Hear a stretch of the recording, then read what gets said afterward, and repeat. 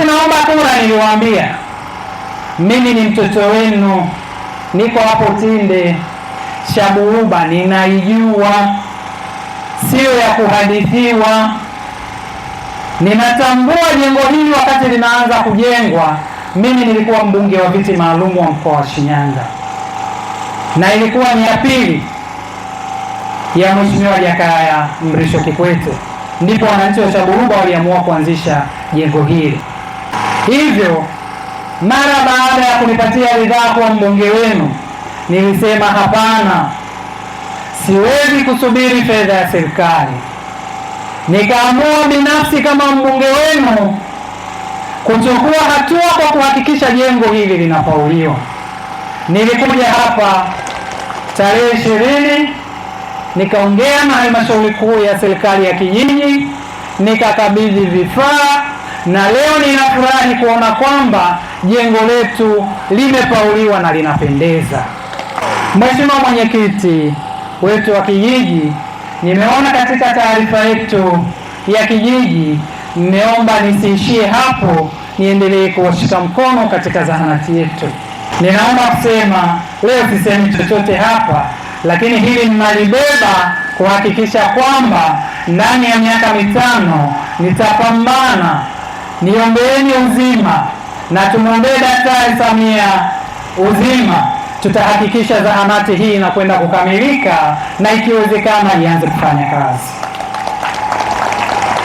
Ukizingatia kwamba kina mama tuna huruma, rais wetu ni mama, mbunge wenu ni mama, tunatambua umuhimu wa kuwa na zahanati katika kijiji cha Shaburuba ili mama zetu, watoto wetu wasipate shida kupata huduma angalau ya mama na mtoto.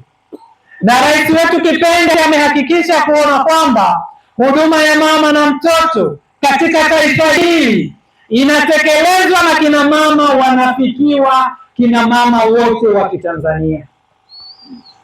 Hivyo ninaamini kabisa zahanati yetu ya Shaburuba itakwenda kukamilika kwa sababu Daktari Samia Suluhu Hassan ni mama mwenye huruma, ni mama mwenye upendo, na anawapenda Tanzania, anawapenda Wanaitwangi, anawapenda Wanashaburuba. CCM oye! Daktari Samia oye! Ndani ya uchaguzi ya Chama cha Mapinduzi inasema kuanzia mwaka 2025 mpaka 2030 itahakikisha vitongoji vyote vinakwenda kupatiwa umeme. Nina furaha kubwa kusimama mbele yenu pasipo kupepesa macho kumpongeza rais wetu kipenzi Daktari Samia Suluhu Hassan mara baada ya kuapishwa kukamata nafasi ya urais.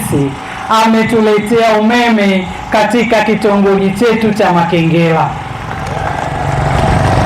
na niwaambie, mara nguzo zitakapofika hapa, kaya zilizoainishwa kupata umeme katika kitongoji chetu cha Makengela ni kaya 115. Nifahamu, mimi naitwa Hamisi Mungo Gege, diwani wa kata hii ya Usande.